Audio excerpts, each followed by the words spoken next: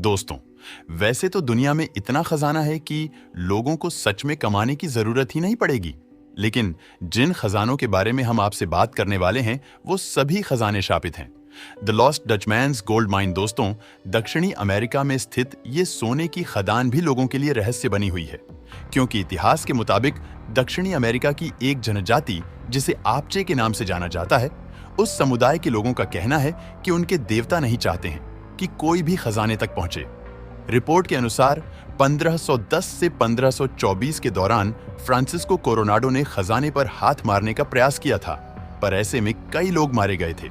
वहीं सन 1845 में John Miguel ने इस खजाने से थोड़ा सा सोना पाया था, लेकिन उस खजाने को पाने के अगले ही दिन जॉन के साथ कुछ अजीब सी घटनाएं होने लगी। उसने लोगों को बताया कि उसे ऐसा लगता है कि जैसे कोई हर समय उसके साथ है। कभी कभी तो उसे यह भी महसूस हुआ कि किसी चीज से उसका गला दबाया जा रहा है, लेकिन लोगों ने उसकी बातों को हल्के में लिया। लेकिन इसके कुछ दिन बाद ही उसकी लाश उसके घर से मिली। उसकी लाश को देखकर ऐसा लग रहा था जैसे कि किसी ने बहुत बेरहमी से उसे मारा हो। तब से लोग डचमैन के खजाने का नाम लेने से भी डरते हैं। बिहार के राजगीर में है सोने की खदान। दोस्तों, बिहार उत्तर भारत का एक राज्य है जहां इतिहास के कई राज दफन हैं।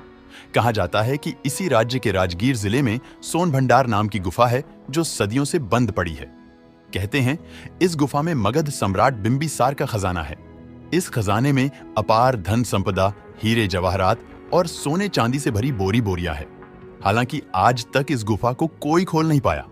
कहा जाता है कि इसे इस तरह से डिजाइन किया गया है कि जिसके पास सही मैप होगा केवल वही उस खजाने तक पहुंच पाएगा। आज तक कई लोग इस गुफा में भटक चुके हैं। कुछ तो आज तक वापस नहीं आए, लेकिन कुछ लोग जो जैसे तैसे करके गुफा के बाहर आए हैं, उन्होंने इस गुफा के बारे में कई रहस्य खोले हैं। उनके मुताबिक गुफा के अंदर कुछ अदृश्य लोग हैं जो कि इंसानों को देखते ही मार देते हैं। कारून का खजाना। दोस्तों, ईसा पूर्व 560 साल पहले लीडियन नाम का एक राज्य था जिसे पश्चिमी तुर्की भी कहा जाता है। उस समय उस राज्य पर कारून नामक एक साम्राज्य शासन करता था। इस राज्य के लोगों को दौलत जमा करने का बहुत शौक था, लेकिन इस साम्राज्य का राजा बहुत घमंडी था। लेकिन एक दिन किसी अज्ञात हमले में उसने अपना राज्य खो दिया। बाद में इसी जगह पर रेतीला तूफान आया, जिसकी वजह से सारा खजाना वहीं दब गया। ये खजाना आज भी तुर्की के उसान प्रांत में है। कहते हैं कि खजाने के साथ साथ ये जगह अब पूरी तरह से श्रापित हो चुकी है। जो कोई भी श्रापित खजाने को खोजने जाता है, उसकी या तो मौत हो जाती है या फिर वो अपना मानसिक संतुलन खो देता है।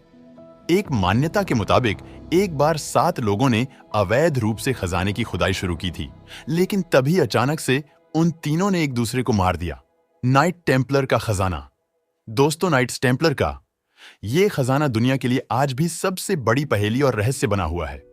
सन 1114 को सभी धार्मिक सेनाओं को ईसाई तीर्थ स्थलों की सुरक्षा का आदेश दिया गया, जिसके बाद यूरोप की नाइट्स टेम्पलर नाम से पहचाने जाने वाली इस ईसाई सेना को इस काम के लिए कई टन सोना और बेशकीमती हीरे जवाहरात दान में मिले। सेना के हिसाब से ये बहुत सारा खजाना था, इसलिए सबने अपनी जरूरत के हिसाब से खजाना ले लिया और बचा हुआ खजाना जेरूसलम के पास ही कहीं गाड़ दिया। क्रिश्चियंस के इतिहास में इससे बड़ा खजाना आज तक किसी के पास नहीं था, इसलिए इस पर खोजबीन शुरू की गई और इसे ढूंढा गया, लेकिन कोई इसे खोज नहीं पाया। लेकिन एक बूढ़े आर्कियोलॉजिस्ट ने इस खजाने को ढूंढ लिया, लेकिन इतना सारा खजाना देखकर उसके मन में लालच आ गया और वो सारा खजाना इधर से उधर करने की फिराक में लग गया। लेकिन उसी रात उस बूढ़े को अचानक से खून की उल्टियां होने लगी और वो मर गया। तब से इस खजाने को कोई नहीं ढूंढता है। दोस्तों, वीडियो पसंद आता है तो लाइक और शेयर करें।